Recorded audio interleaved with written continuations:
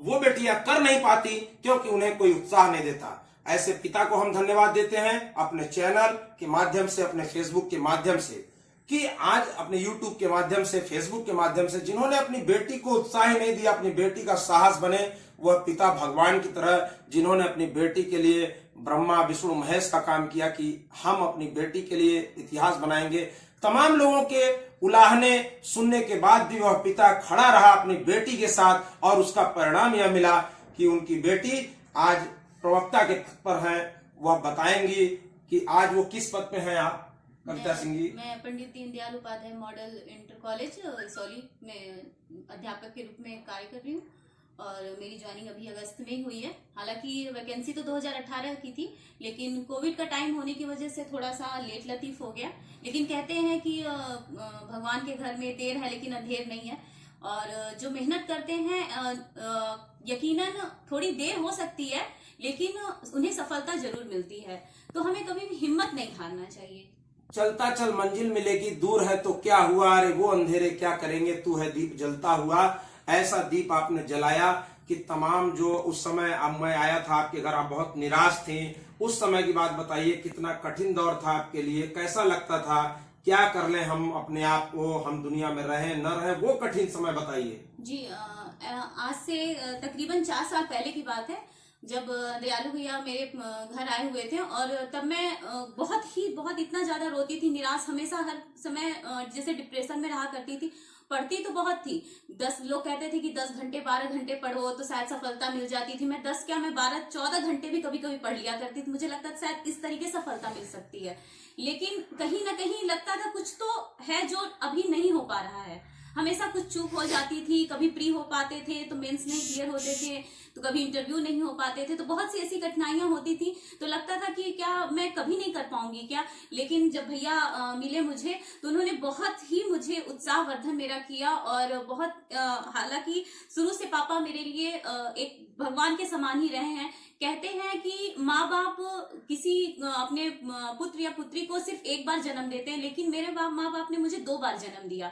एक बार तो तब जैसे सभी इस धरती पे आते हैं, दूसरी बार तब उन्होंने जन्म दिया जब मैं इस अपने जीवन के इस मोड़ पे थी कि मेरी जिंदगी ऐसी लगती थी कि अगले पल मैं शायद जी नहीं पाऊंगी। ऐसा लगता था अगला पल मेरा शायद अंतिम समय होगा, वो समय था। तो उस भंवर से, उस जाल से मुझे निकाल करके मेरे माँ बाप ला करके मुझे ऐसे मुकाम पे मुझे खड़ा किया जहां के लिए मैं सोच नहीं सकती थी, या लड़कियां वो करने के लिए एक बार सिर्फ सपने ही देखती हैं, संजोती हैं। तो उन सपने तो मैंने देखे, लेकिन इन सपनों में कैसे उड़ान भरी जाए, शायद मेरे ये जानने वाले दयालु भैया या मेरे माँ बाप इतना उत्साहवर्धन मेरा किए कि जिससे आज मैं इस मुकाम पे खड़ी हूँ।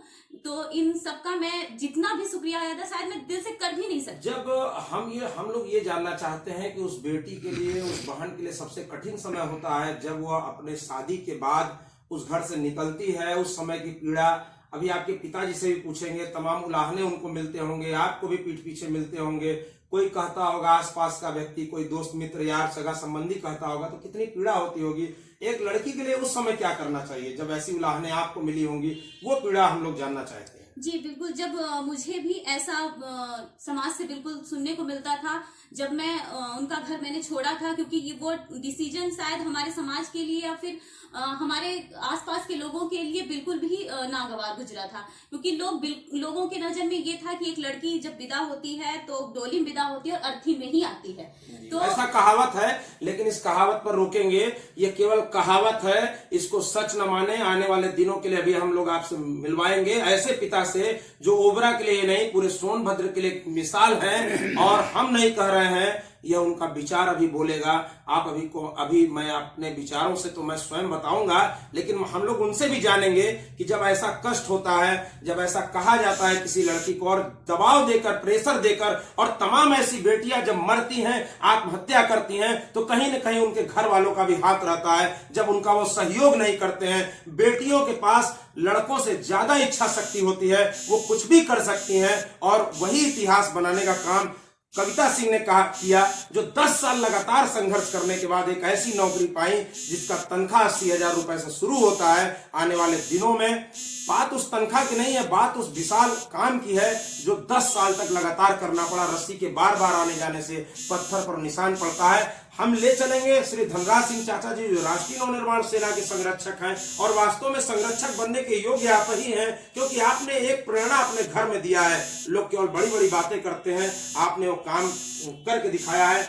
मैं जानना चाहता हूं चाचा जी कि वह उलेहना जब आपको मिलती होगी, जब अपनी बेटी को निकाल कर लाए थे उस ग्रह से, और अपने जो दामाद पुराने थे आपसे वहां से निकाल के लाए, तो समाज क्या कहता था, वो जानना चाहते हैं। पता है कि बेटी की शादी तो हमने बड़ा धूमधाम से किया था, यह सोचते हुए कि वह परिवार उस लड़के का जन्म ओबरा में हुआ है, यहाँ के परिवेश में पला बढ़ा है, यहाँ का संस्कार उसके साथ होगा। लेकिन शायद ये मेरी भूल थी। दूसरी भूल ये रही कि अक्सर बाप की जिम्मेदारी होती है कि बेटियों की शादी तय करें तो उसके घर द्वार को भी देखें, वहां जाएं आए। लेकिन ये लगा कि यार ओबरा में रहा है, यहीं पला बढ़ा है, तो और सोचने की जरूरत नहीं है। हाँ, यहाँ मेरी गलती जरूर है, मुझे उसके घर जाना चाहिए था, ये मेरी चूक थी। या ये कह लिया जाए कि मेरी किस्मत में लिखा था। फिलहाल किस्मत कुछ होता नहीं, कर्म सबसे बड़ा चीज है, जब तक हम कर्म नहीं करेंगे।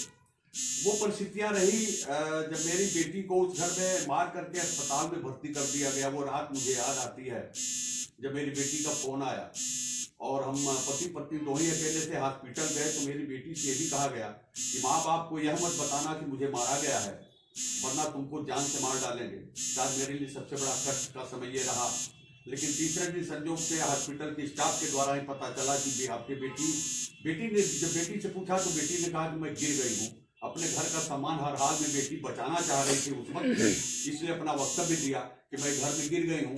तो मैंने कहा बेटा दूसरे का घर है, अपने के घर दूसरे घर में थोड़ा अंतर है, देख के चला फिरा करो, चलो कोई बात नहीं, ठीक हो जाए। लेकिन तीसरे दिन ये पता चला कि बेटी मेरी गिरी नहीं थी, बल्कि इसको बेदर्दी से मारा गया था। और साथ में ये भी कहा गया था कि अगर माँ बाप से मारने की बात कहोगे तो तुमको जान से मार डालेंगे। इसके बावजूद भी हॉस्पिटल में भर्ती करा करके इनके ससुराल पक्ष के सारे लोग गायब हो चुके थे। हम लोग के जाने के बाद जब पूछा गया तो इनकी सास ने कहा कि इनके पति को एलर्जी है, डॉक्टर ने हॉस्पिटल में आने से मना किया। फिलहाल वो काफी दर्द भरा रहा। रेल के प्रकार 2-3 दिन हॉस्पिटल में रहे। फिर बेटी को वहां से जब ले आने लगे तो फिर कष्ट हुआ, क्योंकि नर्स ने यही कहा कि आप बेटी को नहीं ले जा सकते, क्योंकि भर्ती तो इनके पति जितेंद्र ने किया है। हमका पूरा हॉस्पिटल जानता है कि मेरी बेटी है। अस्पताल भी इस बात से सहमत था, लेकिन चूंकि कागजी कार्रवाई कुछ और थी, हमने कहा मैं अपने इस पर सिग्नेचर करता हूं। मैंने सिग्नेचर किया और अपने बेटी को मैं जब वहां से हॉस्पिटल से निकाला तो इनके घर वाले पहुंच गए। फिलहाल मैं बेटी के सम्मान को और इनके बेटी के घर के सम्मान को देखते हुए बेटी को फिर इनके पति के घर जाने की इजाजत दे दी और बेटी चली गई। लेकिन उनकी आदत नहीं बंद हुई बेटी को सताने का। उनका ये चाहता कि हमेशा कुछ न कुछ बेटी लेके आए, मतलब जिसको दहेज कहा जाता है उसको ले आया। और हमेशा अर्निंग इसकी ये थी कि जो इसके हाथ में, जब ये चाहते थे कि जब ये अपने घर जाए तो कुछ न कुछ ले गया और स्वयं मुझे दे, मतलब लालच कूट कूट के भरा हुआ था। इसके बाद भी मेरी बेटी को सताया गया। मेरी बेटी उस घर में रहती थी तो हमारे यहाँ लैंडलाइन का टेलीफोन लगा था। 2 बजे 1:30 बजे रात कभी भी फोन आता था। पति पत्नी का रूह कहाँ पे जाता था कि पता नहीं बेटी पर क्या गुजर रही है, इतनी रात को फोन करने की क्या बात है। जब मैं फोन उठाता था तो वास्तव में खून के आंसू में रोता रहा। अंत में काफी दुख सहने के बाद बेटी को मैं एक बार ले गया तो बेटी का बीएड में हो गया था। ये अपने भाई के पास चली गई नोएडा में। तो वहां पहुंचाने सबसे कष्ट की बात, जब बेटी को वहां पहुंचाना था तो हमने कहा मैं टिकट रिजर्व करा देता हूं, आप लेके चले गए। उस व्यक्ति ने कहा क्या मेरे पास पैसे नहीं है। लेकिन अंतों करतो व्यक्ति मेरी बेटी को ले तो गया, लेकिन विदाउट टिकट बैठ गया, साधारण सा ट्रेन के बोगी में। और बीच में टीटी जब आया तो चूंकि बेटी के पास टिकट नहीं था, उस टीटी ने किन किन शब्दों से नवाजा, उस कष्ट को मेरी बेटी अपनी मां से बता पाई। फिलहाल छिपे रुस्तम मैं भी सुना, बहुत कष्ट हुआ कि इस बाप के बेटी को, जिस बाप ने अपनी बेटी को इस नाजुक कर्म से पाला है, उसकी बेटी आज बेटी कर जा रही है। क्या बाप के पास इतना पैसा नहीं था? लेकिन मेरी बेटी का साथ दुर्भाग्य था। बेटी रोते हुए अपने भाई के घर पहुंची, वहां पर इसका एडमिशन हो चुका था। उसने अपना किसी तरीके बीएड पूरा किया। फिर आई उसका 3-1.5 साल का बच्चा जो मैंने अपने पास रख लिया। वो दर्द उस माँ के लिए, मेरी बेटी के लिए कितना रहा होगा कि वह बेटी ओबरा में आई, बेटा मेरे पास था, बेटा उसके पास था या मेरे पास था। बेटी यहाँ आई और बगैर बेटे को देख के चली गई। वो माँ कैसी होगी, उस माँ का कलेजा कितना मजबूत होगा कि मात्र 500 मीटर की दूरी पर इसका बेटा था और अपने बेटे से नहीं मिल पाई। ये बहुत मेरे लिए कष्ट का विषय रहा। मेरी बेटी ने बहुत कष्ट झेला है। मैं ऊपर वाले से मनाता रहा, दुआ करता रहा कि हे परमेश्वर मेरी बेटी को रास्ता दिखा दे, आंख में आंसू आ जाते रहे। ये तो पहला पहलू रहा। दूसरा पहलू मुझे समाज ने दिया।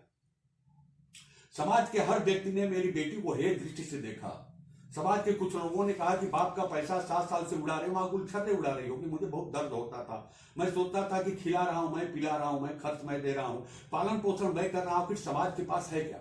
समाज अगर हमको कुछ दे नहीं सकता तो हमें कम से कम दुआ कर नहीं दे सकता, तो कम से कम उलाहना तो न दे। लेकिन समाज तो समाज है। समाज हर कदम पर आपको पीछे ढकलने का प्रयास करता है। वही मेरे साथ हुआ। मुझे उलाहना दिया गया, मेरी बेटी को उलाहना दिया गया, मेरे पत्नी को, मेरे बच्चों को, सबको हेय दृष्टि से देखा जाता रहा।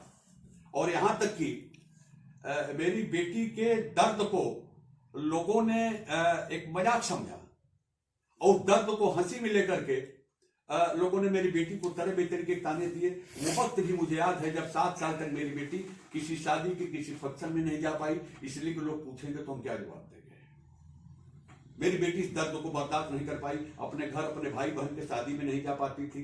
किसी रिश्तेदारी में इसलिए नहीं गई कि मेरे फुआ, चाचा, नाना, नानी पूछेंगे तो हम क्या कहेंगे उनसे। इसलिए मेरी बेटी ने सबका त्याग किया। 10-11 वर्षों तक जो कठिन तपस्या मेरी बेटी ने किया, ईश्वर अगर हर बेटियों में ताकत दे दे और हर बाप को ताकत दे दे। जैसा दयालु जी ने कहा कि बेटी की डोली तो घर से उठती है, बाप के घर से, लेकिन पति के घर से अर्थी निकलती है। ये पूर्णतया मिथ्या। चाचा जी, हम लोग ये जानना चाहते हैं, देखिए वो दुख का समय तो बीत चुका है, लेकिन हम ये जानना चाहते हैं हर उस पिता के लिए जो पिता एक बेटी का पिता है, उसके लिए आप क्या संदेश देना चाहेंगे? अगर उसके साथ ऐसी तकलीफ होती है, उसको क्या संदेश देना चाहेंगे कि वो अपनी बेटी को वहीं पर छोड़ दे, कि डोली में गई हो तो सीधे मृत होके आना, कि उसको संघर्ष में उसका सहयोग करके, जैसा आपने अपनी बेटी को यहां तक पहुंचाया है, आज एक अच्छी नौकरी के लिए आपने प्रेरित किया और आज वो अपने पैरों पर खड़ी है। जैसे कहते हैं, चाहे वो भारत के प्रधानमंत्री जी हो, चाहे हमारी टीम हो राष्ट्रीय नवनिर्माण सेना की, वो कहती है आत्मनिर्भर भारत तभी बदलेगा देश। और उसी पर हम लोग काम कर रहे हैं। और आपने अपनी बेटी को आत्मनिर्भर बनाकर भारत के तमाम उस पिता के लिए एक मिसाल कायम किया है। तो हर पिता के लिए आप क्या कहना चाहेंगे?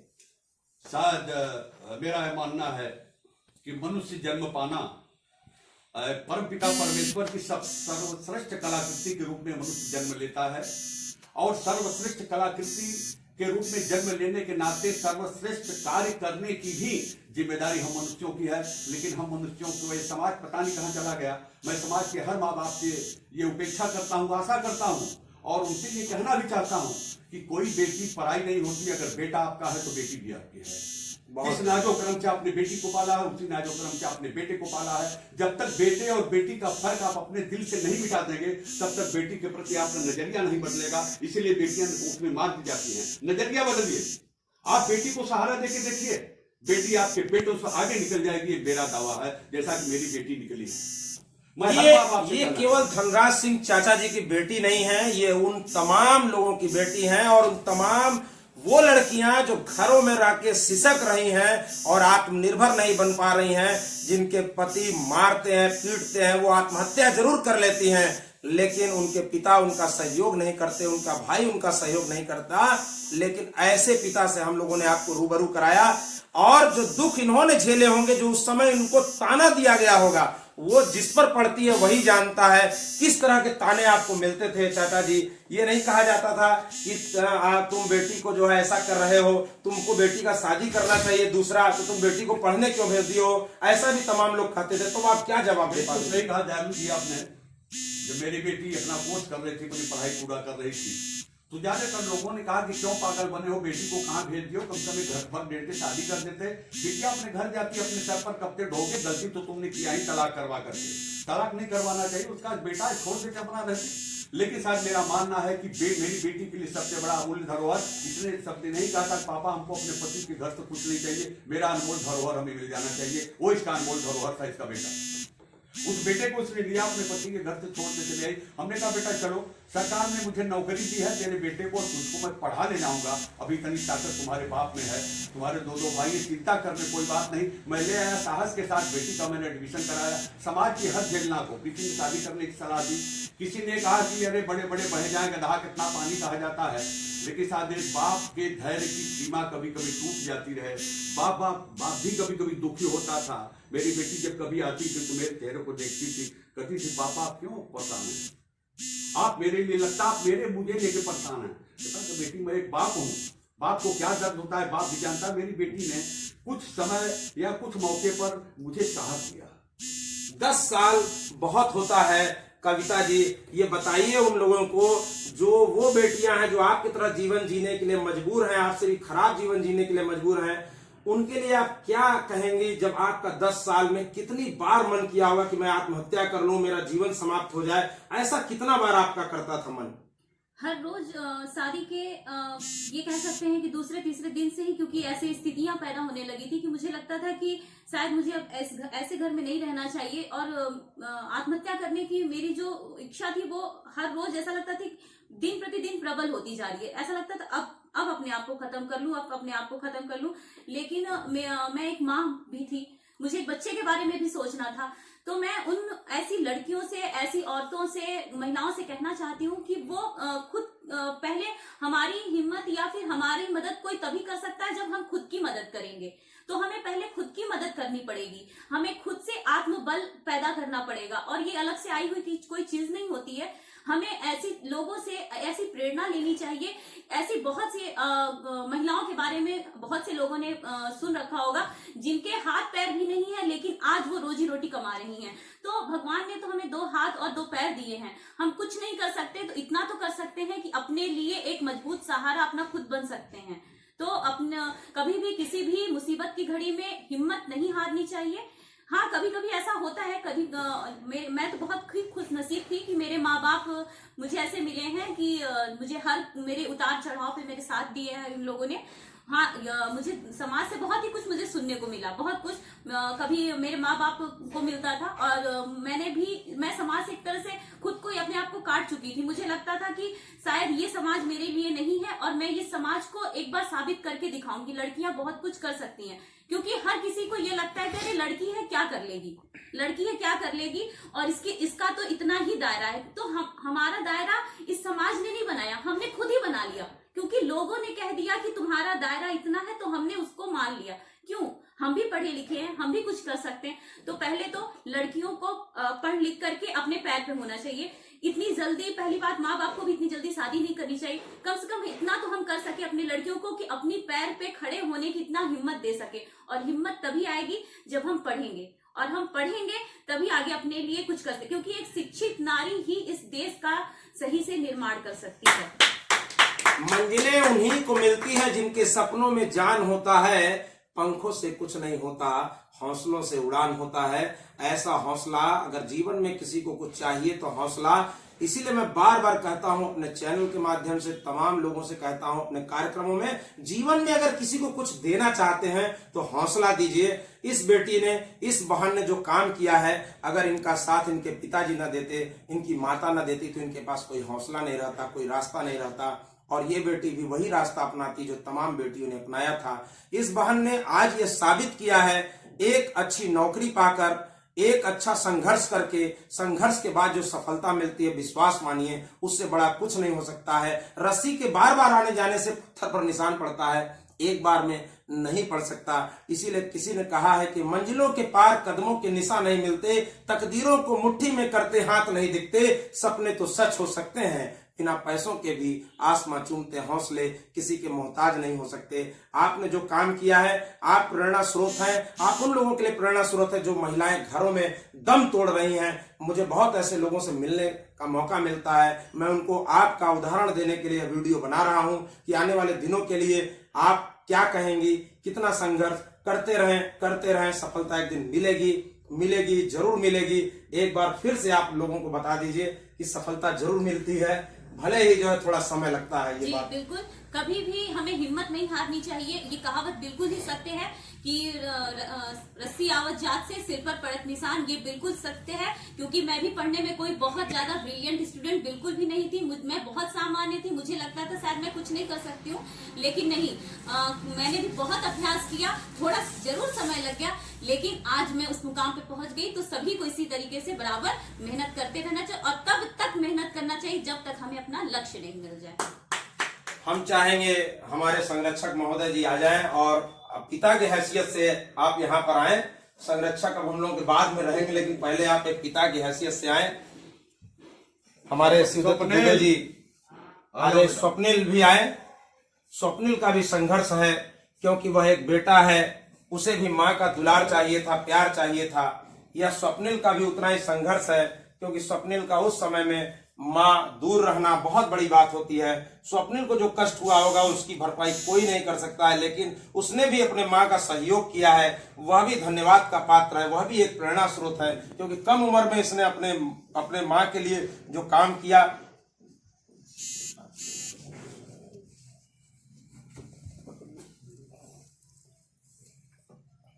यही रहो।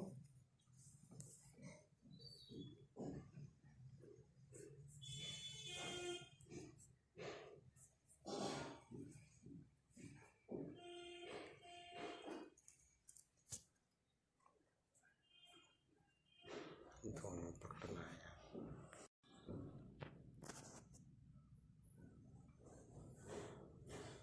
ये सम्मान हमारी राष्ट्रीय नवनिर्माण सेना की तरफ से आपका उत्साह बढ़ाने के लिए एक छोटा सा प्रयास है हम लोगों का, कि तमाम वह बेटियां, वह बहनें समाज को स्थान दें, समाज में उनका नाम हो। यह एक छोटा सा प्रयास। सरदार वल्लभ भाई पटेल जी, थोड़ा बीच में आ जाइए, इधर इधर इधर इधर, आपका फोटो यहाँ है, चाचा इनका इधर आइए।